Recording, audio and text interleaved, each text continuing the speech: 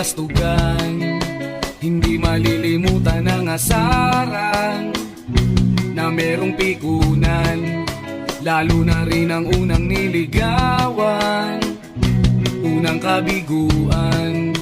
At dyan nasiseryoso ang usapan, ang pagdadamayan ng tunay at tapat na kaibigan. Noong mga buwan, kaibigan na mamaasahan. Oh, di na tayo mamata, rindag may di nahahalata.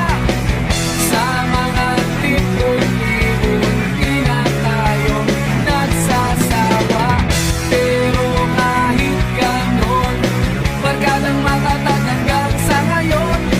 Minsan man magkita, tiyak may kwela, yan ang aking mga tropa.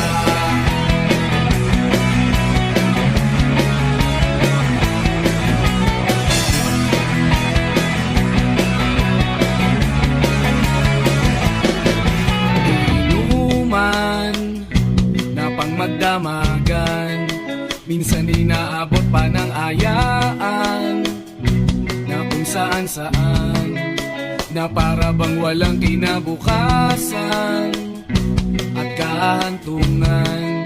At dyan nasiseryoso ang usapan, ang pagpapayuhan ng tunay at tapat na kaibigan. Kung mga baliw, kaibigan namang